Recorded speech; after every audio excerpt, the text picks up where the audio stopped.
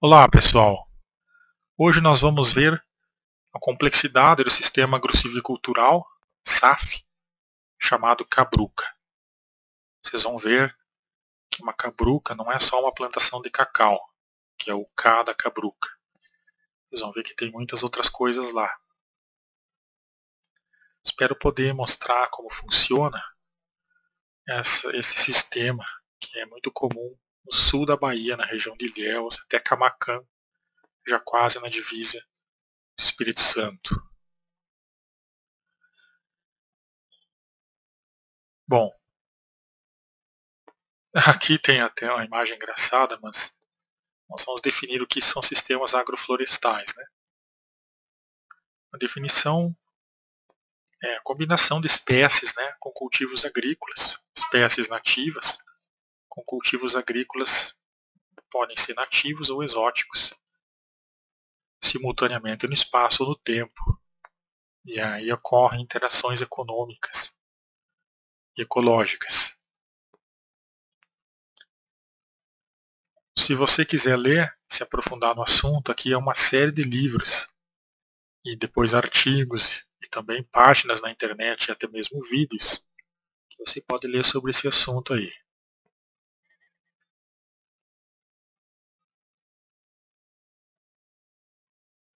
Esse aqui eu considero bastante interessante, que é um livro que está na internet aí gratuito, sobre como as populações indígenas têm lidado com esses sistemas agroflorestais muito antes deles serem revistos e propostos pela ciência moderna.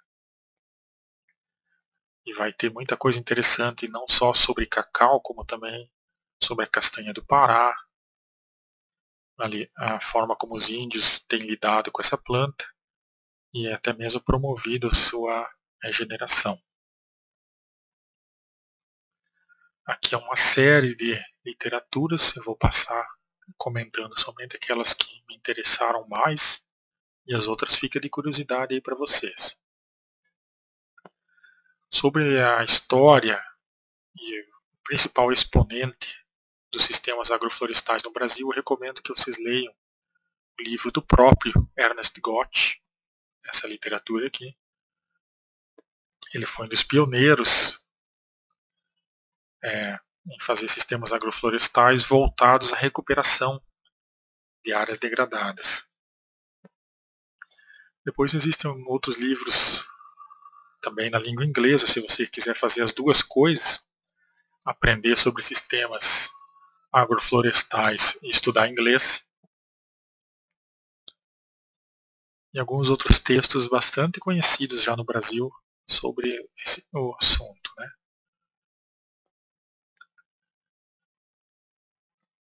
Há alguns pesquisadores da região da Bahia, né, que têm trabalhado bastante com agroecologia e agrossilvicultura, estão aí na foto, alguns são até da mesma família Lobão. Vocês podem aí ler sobre esses trabalhos. Se você quiser ter um periódico assinado ou consultar o que tem sido feito periodicamente nessa região do conhecimento, né, de sistemas agroflorestais, tem o periódico Agroforest Systems.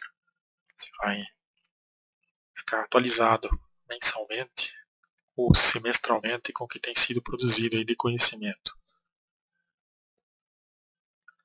Alguns artigos sobre a região sul da Bahia, não só em termos de sistemas agroflorestais, mas também sobre a ecologia dessas florestas e a interação com os sistemas agroflorestais, estão nos trabalhos do grupo de Ilhéus, né, a Universidade Estadual de Santa Cruz, principalmente aí a Regina Sambuique e outros que estão mencionados nas referências aí.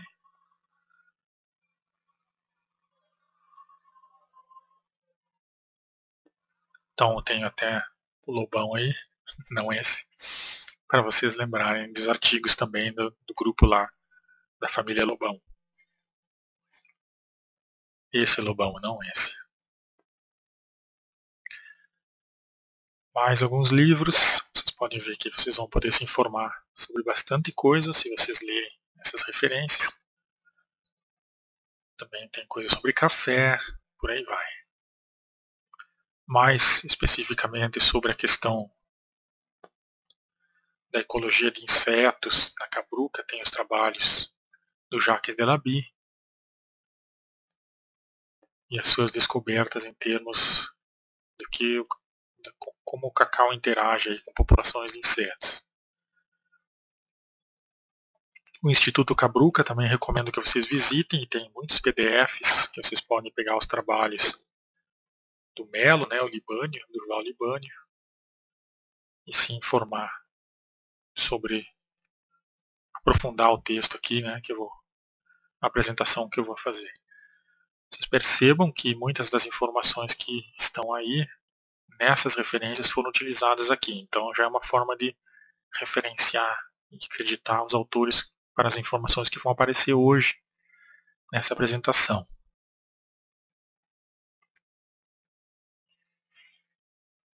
Livros inteiros o Ministério da Ciência e Tecnologia disponibiliza nesse site sobre sistemas agroflorestais. Dissertações e tese estão aí, e outros, tá? Consultei também apresentações de PowerPoint. Também tem a ONG, né, o Instituto Cabruca, vocês podem visitar nesse site abaixo e verificar informações.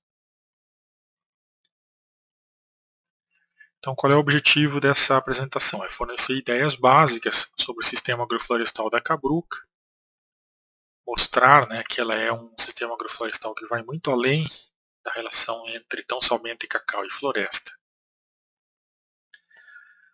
Vamos começar com a história dos sistemas agroflorestais em nível mundial.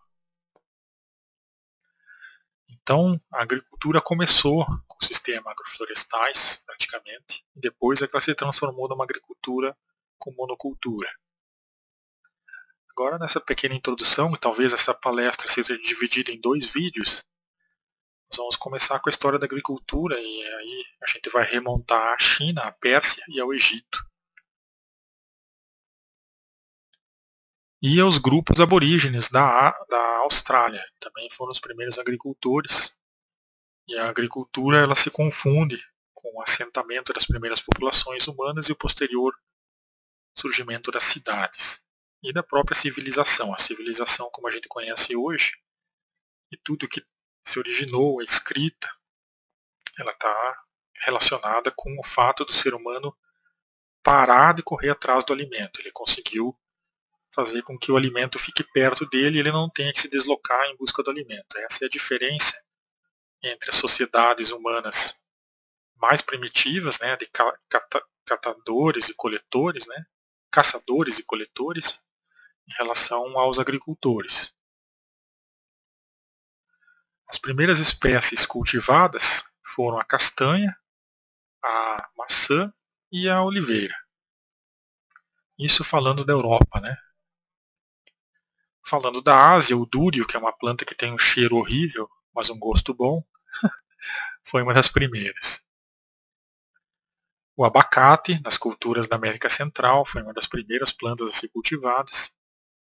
E agora nós vamos realmente voltar aí a 6, 7 mil anos atrás, na história da humanidade, para Zagros, no Irã, onde se imagina que tenha sido cultivado pela primeira vez o trigo, que hoje é uma das plantas essenciais aí, se você for comer um seu sanduichinho, sua torrada.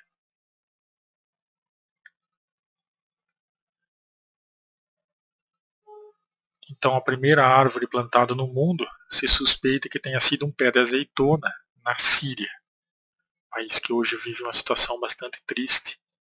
As figueiras também, e a teca, que é uma planta agora famosa pelo seu crescimento rápido, e madeira, também é bastante antigo o seu cultivo na Índia. No Brasil, a primeira planta arbórea, né, cultivada foi a acácia, que é uma planta utilizada no sul do Brasil, tanto para carvão como para curtir o couro com o tanino que é produzido por essa planta. Um livro bastante interessante sobre a história da agricultura é o livro de Moens. Vocês podem depois procurar esse livro. Fala como começou a agricultura no Egito, os primeiros agricultores na África a plantarem aí cereais, né, como a gente conhece hoje. Não só cereais, como os primeiros produtores de vinho foram os egípcios. Então eles cultivavam uvas, e aquela história de pisar nas uvas para fazer o vinho não é os italianos, são sim os egípcios que começaram com essa tradição. Então nas pirâmides ficou registrado e ficou guardado até algumas sementes. E os cultivos dos egípcios variavam também até a perfumes, óleos e várias outras substâncias, não somente grãos. Então a história da civilização é a história da agricultura, em parte. Foram os egípcios também os primeiros a utilizar arado, os primeiros a fazer algumas infusões, né, como mostra essa figura, respirar vapores de plantas para se curar, por aí vai. Não está muito claro onde realmente começou a agricultura. Ela provavelmente começou em vários lugares ao mesmo tempo. A Índia também é responsável, e a China, pelas primeiras plantações, e dependendo do país, você vai ter o primeiro produto, né? Por exemplo, o arroz é bastante claro sua origem na Ásia, principalmente na Índia e na China. Os arados também são descreditados a esses povos, e também a plantação aqui em taludes, né, para aproveitar o terreno vertical, né, fazer os pequenos taludes e aproveitar as áreas inclinadas para plantar. Essa é uma imagem, não é um desenho muito bonito, na verdade, de como é aproveitado o terreno inclinado em alguns países. Na América Central, também, na própria América Latina, nós temos Machu Picchu, né, onde os agricultores usavam terrenos bastante inclinados e conseguiam manter suas produções nessa situação. Na China existem documentos, né, falando sobre como era o cultivo e registros, né, de plantios e de procedimentos agriculturais que ficaram registrados em papiro.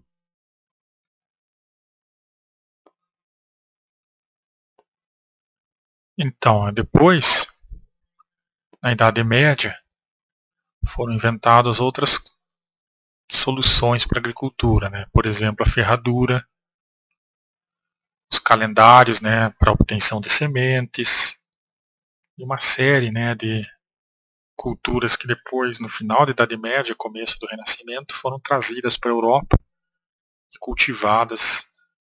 Então, a introdução de novas espécies ajudou muitos europeus a sobreviver em épocas de escassez. Os moinhos na Holanda, né, para moer os grãos, processar os grãos, foram dessa época.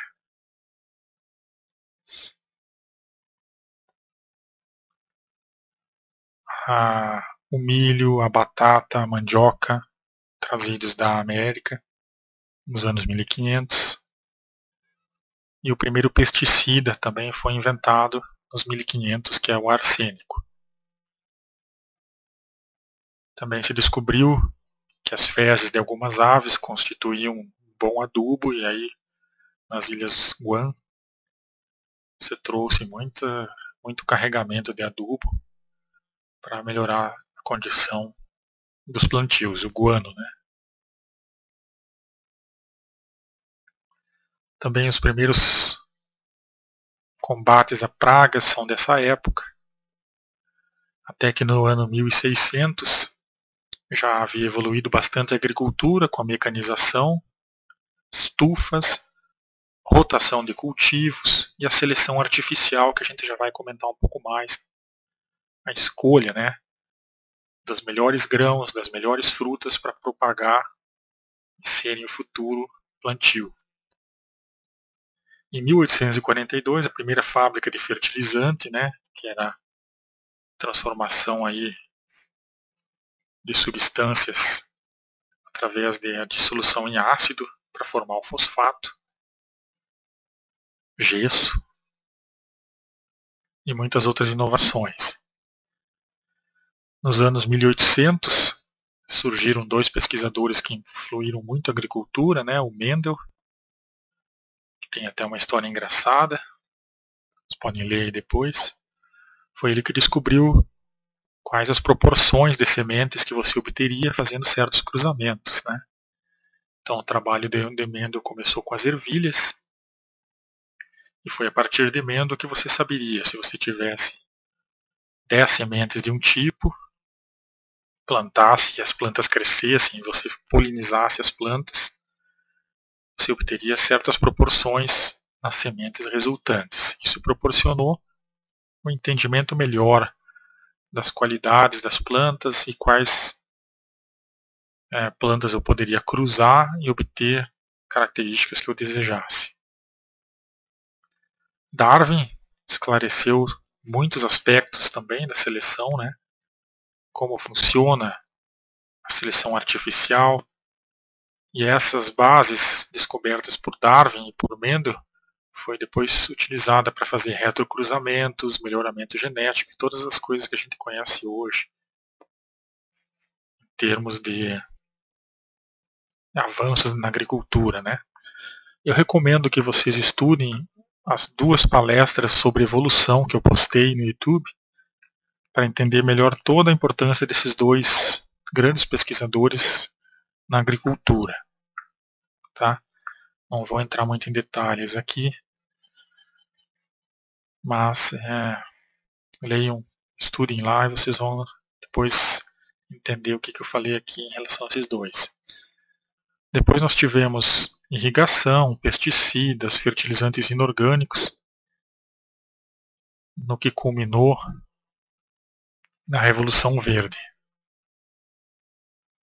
Só que todos esses avanços tiveram também alguns problemas, como a gente vai ver aqui, a importância de Darwin, né, os organismos resistentes. Sempre que você faz uma solução para um problema, existe algum organismo que não vai morrer, que você gostaria que morresse, uma planta daninha, e eles vão se proliferar e se tornar ameaçadores, pois já são resistentes ao remédio que você está usando.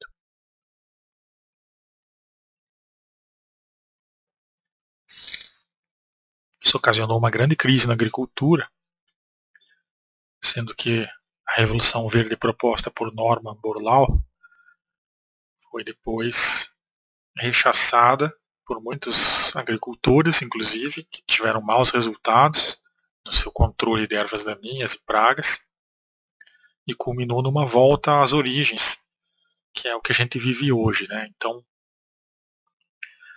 a Revolução Verde foi uma visão reducionista simplificada das relações ecológicas entre as plantas e o ambiente, que aumentou a produção, mas favoreceu a presença de ervas daninhas super resistentes, matou a fauna, favoreceu a desertificação, o câncer, né? Os fertilizantes também, os inorgânicos, eles têm Eu já testei até em plantas na floresta, adubar elas com fertilizante inorgânico e acabou matando a planta. Então vocês têm uma ideia aí do que as plantas estão acostumadas, né, e do que a gente tentou fazer com as plantas. Foi uma forçação muito grande a Revolução Verde esperar que as plantas responderiam, tentando isolá-las completamente das relações ecológicas naturais que elas possuem. Então, se criou uma situação complicada na agricultura que está sendo resolvida agora com a volta às origens. Os sistemas agroflorestais que a gente vai ver agora. Então nós vamos entrar no objetivo principal da palestra. E no Brasil existe uma pessoa muito importante, um suíço, chamado Ernst Goethe, que resolveu muitos problemas na fazenda que ele comprou E embora não exista assim um número de publicações falando da importância, da comprovação estatística do que ele fez, até que ponto a gente poderia confiar? Eu confio 90% no Goethe, confio 97%, ou confio só 60% nos métodos. Embora exista essa dúvida em relação aos trabalhos dele, se serviriam para mais lugares do que aquele lugar também que ele trabalhou, ele é o mais antigo dos trabalhadores, pesquisadores no caso, com sistemas agroflorestais no Brasil, e seus resultados são bastante otimistas. Ele é um otimista e a gente deve sempre respeitar uma pessoa que tem 40, 50 anos aí trabalhando com resultados bons. Então, às vezes, a falta de artigos científicos ou de publicações não significa que o trabalho dele não seja confiável. A minha única dúvida em relação ao trabalho dele é em relação ao clima, né? Ele está trabalhando numa região na Bahia e eu não sei se daria certo algumas coisas em outros climas do Brasil. Mas aí cabe a nós todos ajudar ele e testar as teorias que ele desenvolveu, que são baseadas praticamente em biomassa. O que o Goethe fala é que você pode restaurar uma região, transformá-la novamente em florestas, em sistemas agroflorestais, uma região bastante destruída, com base no aumento da biomassa circulante no ecossistema. Se você cortar florestas e queimar, você vai perder biomassa. A biomassa vai se transformar em gás carbônico. Então, o princípio, a teoria do Goethe é uma teoria da fotossíntese, ou seja, se você quiser que essa floresta se transforme num deserto, você queima e corta. Se você quer que o seu deserto se transforme em floresta, você traz biomassa, ou seja, fezes de animais, plantas de rápido crescimento, colocadas numa sequência temporal, e depois, no futuro, até mesmo a água vai voltar a circular na sua floresta, como ele mesmo fez na área que ele comprou de terra, transformando uma fazenda que se chamava Fugidos da Terra Seca na fazenda Olhos d'Água. Então ele considera a adubação pesada, a agressividade, uma coisa complicada. Você tem que fazer um sistema de recuperação com base em incremento de biomassa. Então aqui tem uns pensamentos do Goethe que é a base da agrossilvicultura, né, no Brasil, dos sistemas agroflorestais, e que eu acho extremamente válido colocar aqui para nós lermos, né. Vocês podem dar um pause nesse momento e ler, e depois a gente continua. Até mesmo a genética, né, o melhoramento genético, ele tem criticado um pouco, né. Será que a gente deveria procurar as plantas que suportam as piores torturas ou eliminar as condições torturantes para as plantas, né?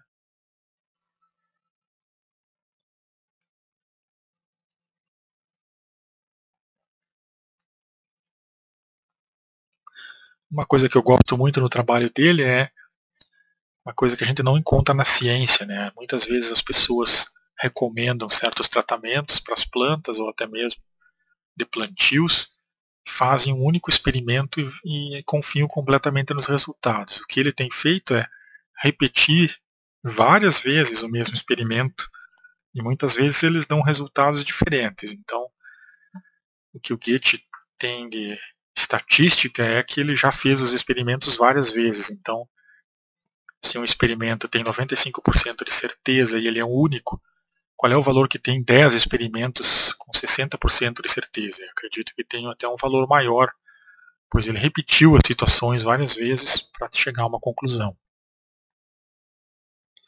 Vocês podem ler mais sobre o trabalho dele e a gente vai comentar um pouco quais são os métodos, né? Ele mesmo ensina muitos métodos nos vídeos que ele colocou no YouTube também. Mas basicamente é melhorar a questão da biomassa, é você colocar matéria orgânica nos locais, fazer com que a matéria orgânica seja captada do ar, né, o gás carbônico, transformado em celulose, e a partir disso todo o resto vem.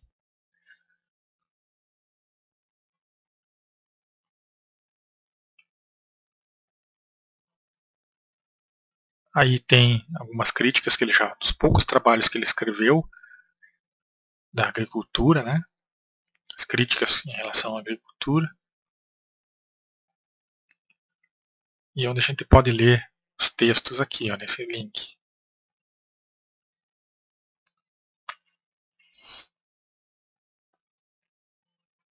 Ele é um tanto radical em relação a algumas coisas, né? Ele considera os adubos inorgânicos péssimos para a agricultura, assim como os herbicidas e pesticidas. O método, em resumo, é plantio espaço-temporal de espécies, começando com aquelas de rápido crescimento, para recuperar a pior condição, e depois consórcios de espécies que ocorrem em climas e solos similares. Trabalha também com a ideia de que a melhor planta para você melhorar a situação do seu local é as plantas que vivem ali, próximo. Preencher os nichos, né, com alta diversidade e a época certa de plantar cada cultura. Que também trabalha muito com a ideia da poda, né? Você tem que podar as plantas para ela ter uma resposta futura e a própria poda vai fornecer o abrigo para os insetos, para a umidade, vai melhorar a condição da planta. Então a planta, às vezes, se você deixá-la simplesmente crescer, ela vai chegar num momento em que ela vai ter problemas, se você não recuperar as condições para que o crescimento a partir de um ponto seja melhorado, mesmo que ela perca um pouco de biomassa com a poda. E parte também do conhecimento muito bom da ecologia de cada espécie. Você tem que saber muito bem o que acontece com cada espécie que você vai utilizar. Então, aqui está em inglês, né, algumas coisas, a gente pode ler, né? O desenvolvimento de um método para recuperação de solo é o resultado de um longo processo de tentativa e erro. Então ele já trabalhou muito para falar do que ele está falando, né? Ele chegou no Brasil em 1976 e ele percebeu logo que as terras que eram cultivadas estavam completamente ruins, pobres em relação à floresta tropical circundante. Então foi a primeira ideia que ele teve, foi, se eu tiver que plantar aqui, não vai ser um sistema de monocultura, eu vou ter que usar a floresta. Né?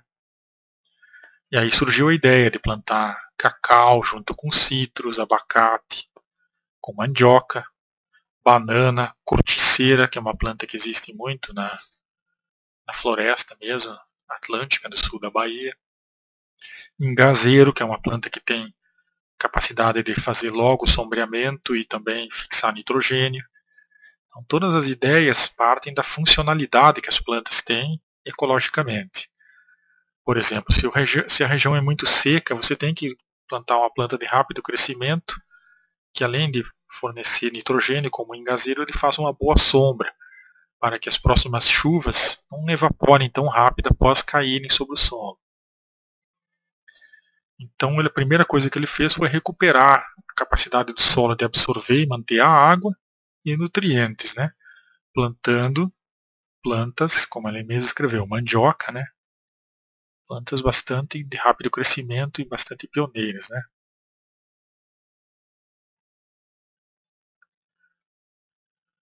Bom,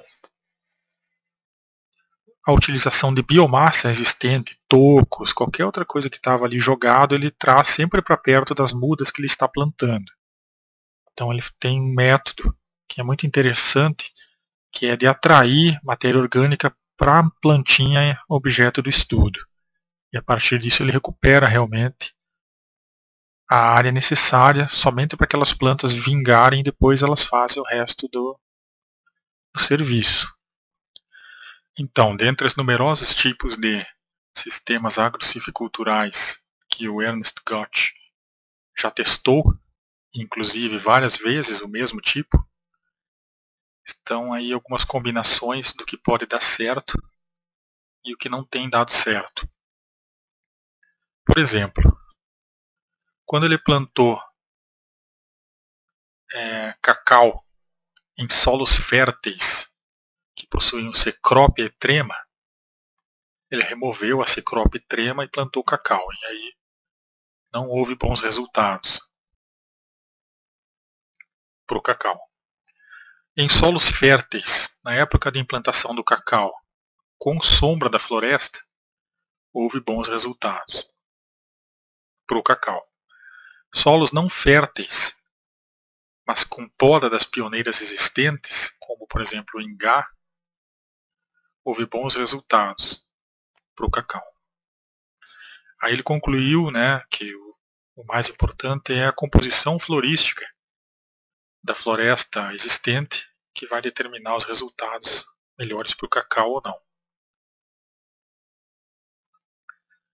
Depois ele testou o plantio de mandioca como uma planta pioneira, seguido por trema, que é uma colonizadora inicial, seguida de ingá, que vive até 80 anos e é uma boa fixadora de nitrogênio, e finalizando com uma sapotácea, Chrysophyllum caimito.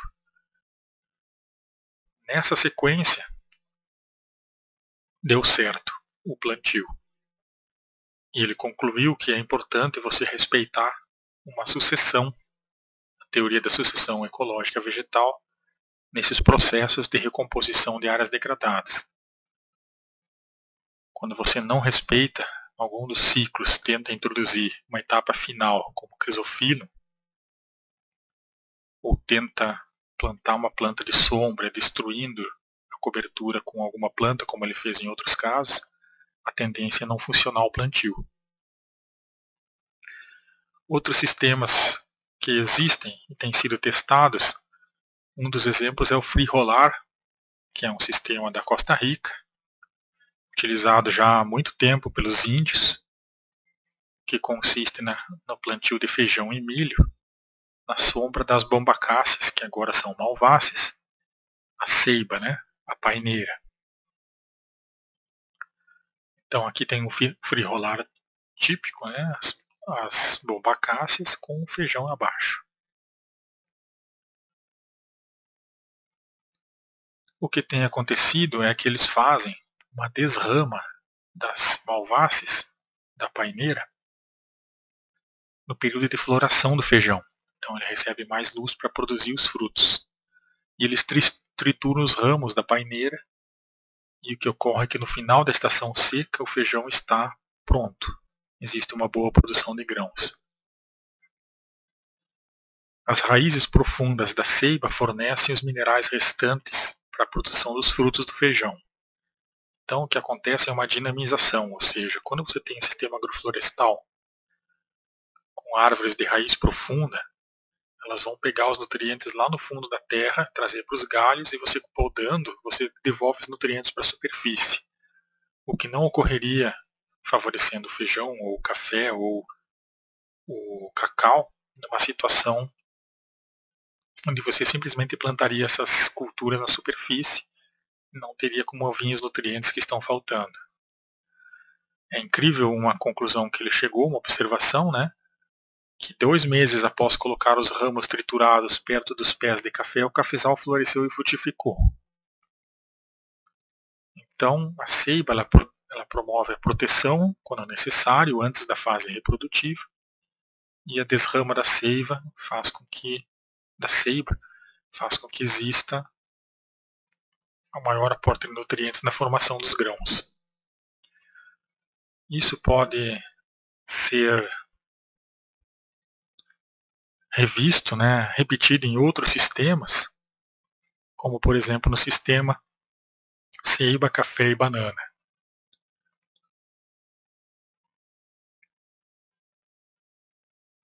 Então, os pilares dos sistemas agroflorestais, segundo Ernest Gott, é a proteção do solo e da água, vários estratos e espécies, aproveitamento da luz, a dinamização, captação dos nutrientes centrados na biomassa.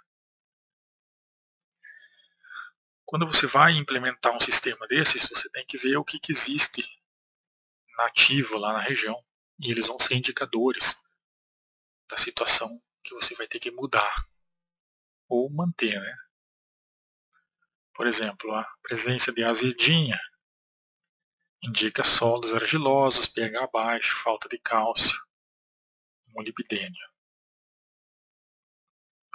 Num outro extremo, a samambaia, por exemplo, significa excesso de alumínio tóxico. Então você vai ter que fazer uma calagem nesse solo. Então, se você tiver um bom conhecimento das plantas e das plantas indicadoras, você já vai saber o que tem que ser feito no começo do sistema e a chance de dar certo é bem melhor. Isso segundo Primavera, né? Então são dicas aí. Não existe uma receita ótima para você resolver o problema de uma área que você quer que seja uma área produtiva num sistema agroflorestal.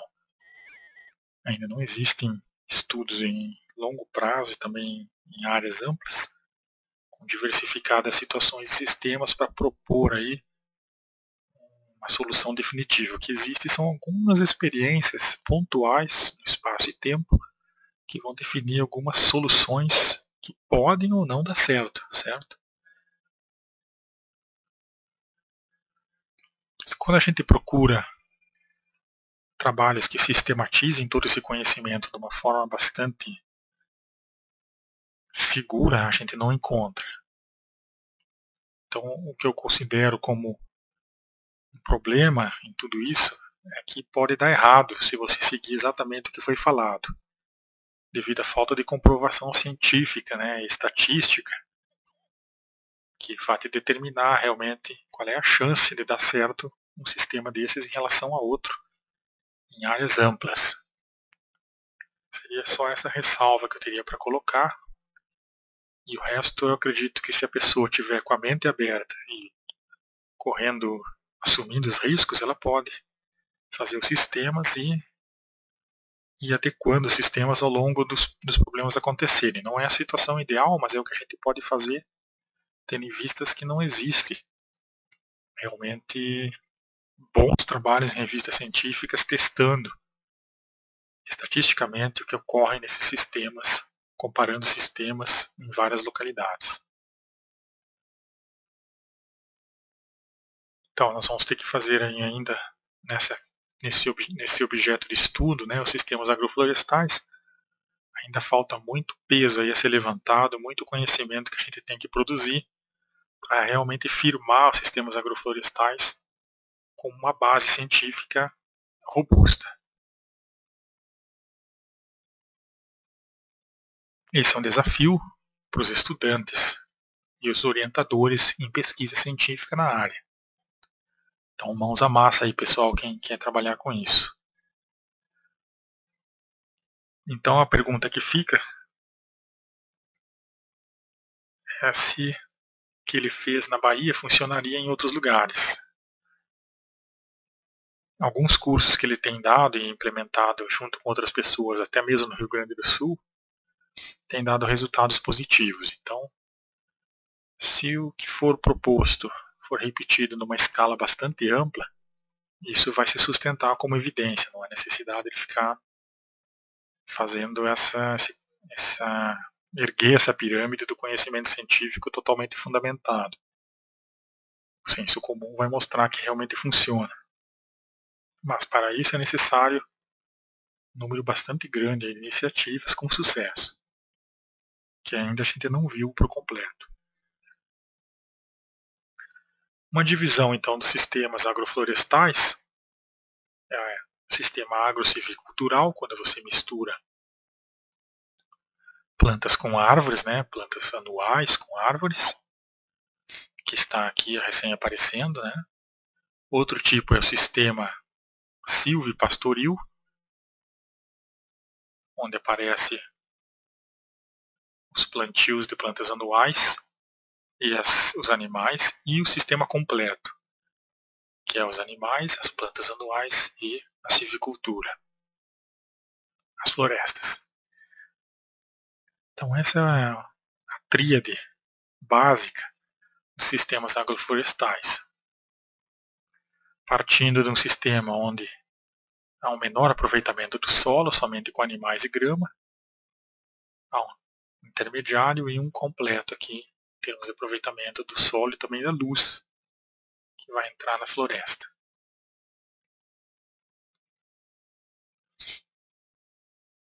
O sistema Cabruca-Cacau é um sistema agroflorestal.